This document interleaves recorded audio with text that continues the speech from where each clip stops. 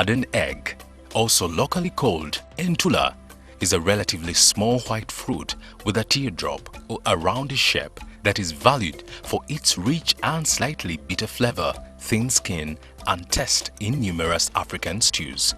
In Uganda, this type of eggplant is usually grown at a small scale in family backyards.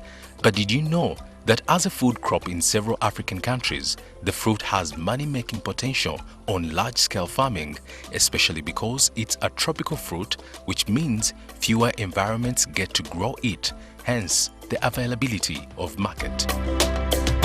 Tonight on Seeds of Gold, we explore the possibilities of making millions out of this simple plant. Coming up. Natandika mpola n'akantu kali katono afu eyika. Natandika okulima nako. Of course nenkafunamu. Nekansanyusa nnyo. Ngamba nyino okugenda mu maaso nga nkola ki? Nga ndima entula. Paka nakati.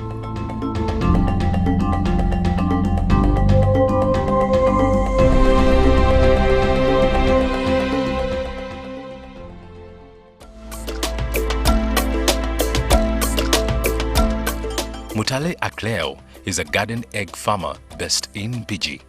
Growing up in a family involved in subsistence farming, Akleo developed the passion to engage in farming.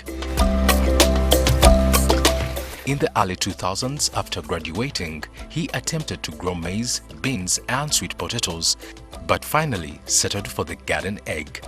The particular reason for choosing the garden egg is a price and demand advantage overseas for him. Nasalawo okulima entula yansonga ebirala byonna nabigezaako.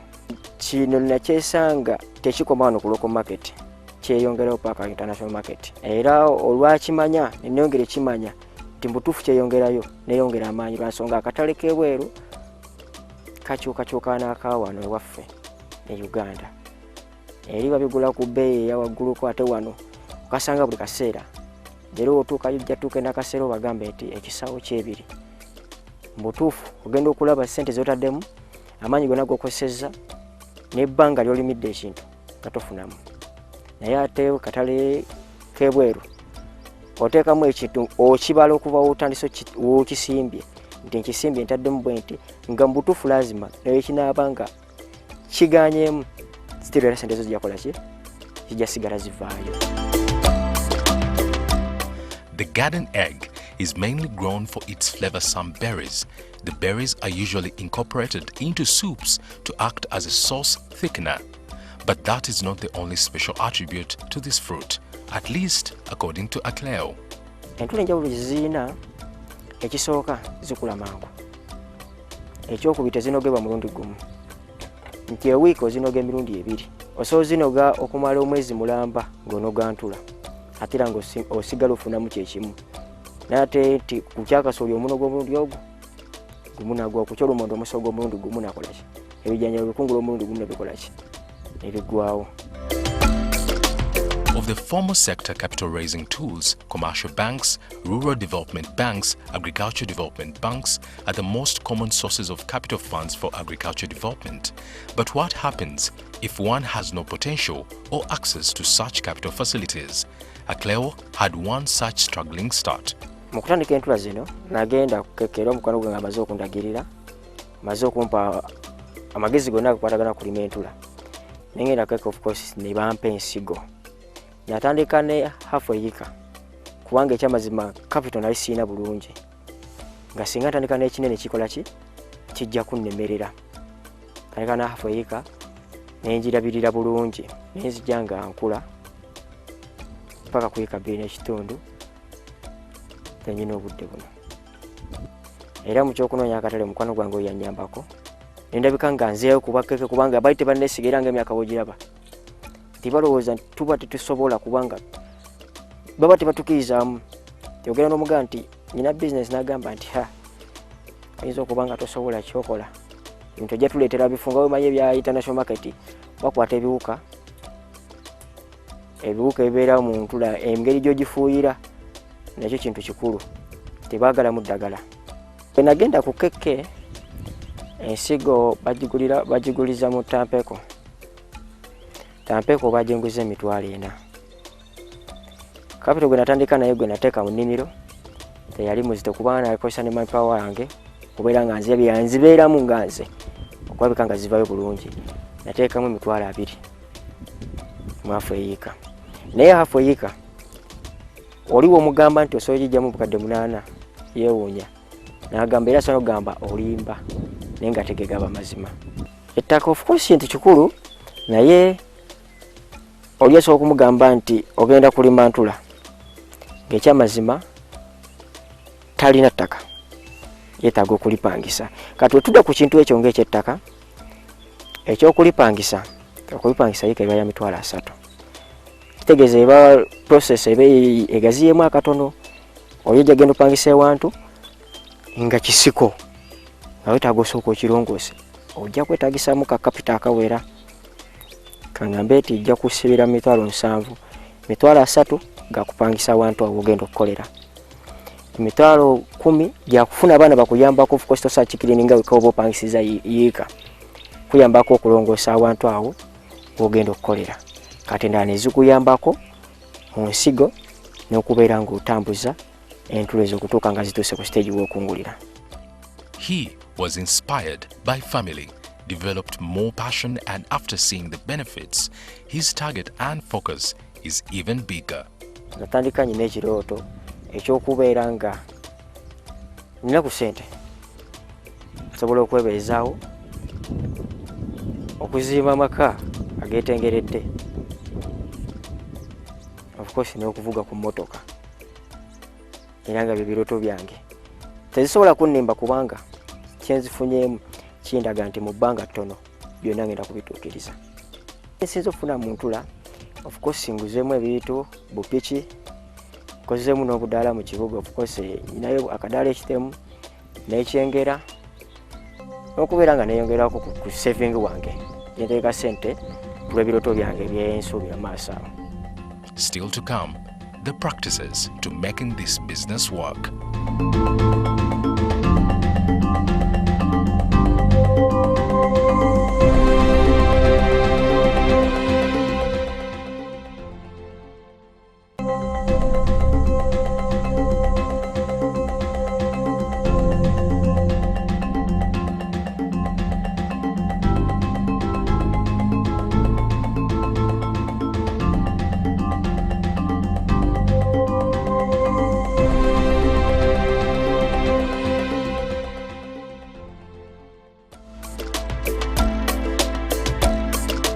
Eggplants are generally self-pollinating, though we isolate different varieties of the same species by 50 feet in hopes that flying insects will not cross-pollinate them unexpectedly. Eggplant seeds are ripe when the fruits get far past their edible stage and have turned another color, in this case, orange. Cut the fruit, scrape out seeds, perhaps through a heavy-duty screen, into a vessel. Add a little water, 1 to 2 inches is probably plenty, to your seeds and pulp to keep them from drying out and allow them to ferment away from direct sunlight. This is how you start the garden egg business. Omuntu okutandika entula zino alina okubeera nga alina ebintu bibiri bye yeetaaga. Ekisooka bwe bwagazi. Ekintu kyonna nga tokiira mu mutima gukyagala tosobola kukikola. Kiringa ng'omwana okumusindika ku ssomero. Genda osome naye nga tayagalayo era tajja bisoma. Ekyokubiri olina okuba nga olinamu kasente. Si ke kangi kubanga oli onamugamba kasente ajja gamba nti nze nsindise genda kusooka kunoonya miliyoni ya ssente. N'emitwalo 5 gisoboka. Kasita oba nga wekkiririzaamu nga olina obwagazi. Emitwalo 5 osooka n'ofuna ensigo. Ensigo kasita omala ogiyiwa buli kimu oba okimaze. Eddagala lisuubira nti oli muvubuka muto olina amaanyi agakola. Osobola okukola wiiki n'ongamba tosobodde funa emitwalo emirala 2 gisobola kukuyambako kugula ddagala isobola kufuuyira entula ezo kubanga okuzeekoleramu oba osobola n'oba nga tosoose funa bakozi. Kitegeeza ebintu bibiri weetaagisawo kapita akatono n'obwagazi ekyokwagala ekintu kyokola. Kakati bw'oba nga ofunye ensigo eyo osooka kukinnyikako essaawa 3. Bw'osigwa busookingibwa lwa nsonga obumu buba bukaze nnyo. Esobola okubeera nga emize amazzi nti ne woogiyiwe woba nga tewali mazzi bulungi yo oba ogiyeeyongera already emaze okumira amazzi. Kati n'ogiyiwa obulungi osooka ogiyiwa mu kantu ka mita 2 ekikopo eki kimu mita 2 n'obikkawo bulungi. Naye nga tonayiwa nsigo eyo olina okumakinga sure nti at least osoose n'ofuuyirawo obuwuka obuliwo awo n'osooka okola ki obutta buleme kulya busigo obwo. Kati olumala n'obikkawo bulungi, beedi eyo egenda tutwala wiiki emu okumera. Wiiki emu olina okugikeberako okutandika lunaku 5 olw'omukaaga kaŋŋambe ogiyiye Mande tandika ogikebera lwa 6 Mande oddeyo ogibikkule. Ejja kuba etandise okubeera nga ejaminatinga buvuddeyo obubikkule obuzimbeko ekiyumba bulungi nnyo sobole okubeera nga omusana tegubukuba ku direct. Kati wayita wiiki ey'okubiri okijjeko ekiyumba obuyiweko ku mazzi obufukirireko of course obeere nga bulina ku mazzi obanga enkuba bali tebutuukako bulungi. Bubeerewo bumala ku beedi wiiki 3 n'obujjamu oba ennimiro wagitegeka bulungi mwolina okubussa. Osima ekinnya fuuti 2 ku 2 bweziti eza square n'okateekamu akasigo mu ekyo ekinnya. Naye olina okumakinga sure nti ekinnya at least okisimyeko fuuti emu okukka wansi so that omusana guba gwaseemukko kasigaza ku mazzi nga mwegali mu ttaka ne katalema kubeera nga kakonera wansi. Kati oba butaddemu nga bwakamala omwezi kiba beta n'obwa ekigimusa. First of all obanga ogenda zisimba no makinga sure nti wali muddo kubanga yesosobola kubanga ogenda zisimba naye nga ogenda osimba waliwo ki amuddo olina okubeera nga wategekawo bulungi. Entulo yogenda ogireeta nga tewali muddo yadde n'akatono. Olunaku lw'osoosa zisimba obala wiiki emu n'ozifuuyirako eddagala. Eddagala eri recommended osobola okuteekako cypermethrin n'eddudu cypermethrin ne nimbaseed.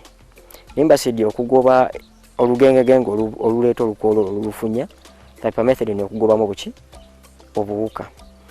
Kati interval y'okufuuyira olina okufuuyira oluvannyuma lwa wiiki. Era mu gwo mwezi mulambo olina okubulabirira obulungi kubanga yonna entandikwa y'okutta ekintu kuba kugaana kukirabirira mu bbanga erisooka. Kiringa ng'omwana woogana okumulabirira obulungi oba woogana okumusomesa nga akyali myaka emito bwakula aba kuwagguseeko tosamusobola. So kiba beta obanga omwezi w'obusimbidde obulabidde bulungi obufuuyira oluvannyuma lwa wiiki 2 nga bukyali mu myezi 2 egisooka nga akabusimba obufuuyirako. Kaakati wekituuka mu mwezi ogwokusatu buba butandise okuleeta ekimuli n'okutambula mu nnimiro okumanya ebirwadde ki ebikola ki ebirimu kibayita scouting okulambula ennimiro yo okubeera nga ogikipinga mu good condition nti omanyi wano waliwo obulwadde bwe buti wano wali mu mbeera we wati n'okumakinga sure nti muli muki muddo.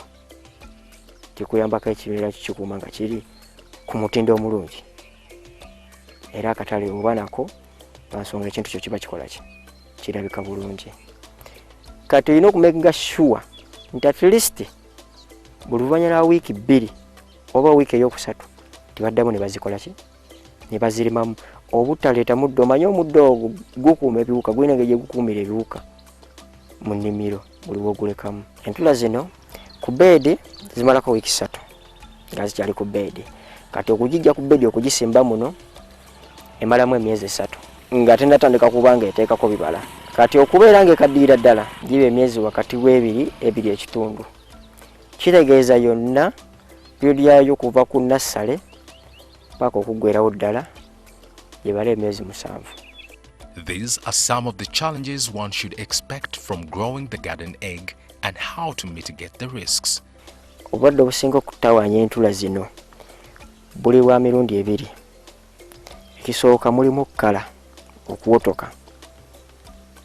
Okuwotoka okwo kukuba entula era entula ogenda ogiraba ng'ebikola bifuuse bya yero byonna ng'obiraba bya yero era ng'omanya nti kitandise okukala waki ekirwadde ekisobola okuba eky'omu ttaka oba kubanga kiri ku nsigo gye waleeta nga yerimu ekirwadde ekyo.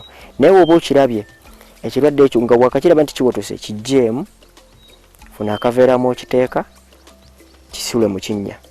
Ekyokubiri, obulwadde obwokubiri obusinga okuzitawaanya y'empiso. Empiso kaba ka fruit fly ako kabanga kaswera, bwe kuba kajja mu stage nga kuliko ebibala ne katandika kakubako, kabanga akafumita ku ntula eyo, era kubeerako obuddugavu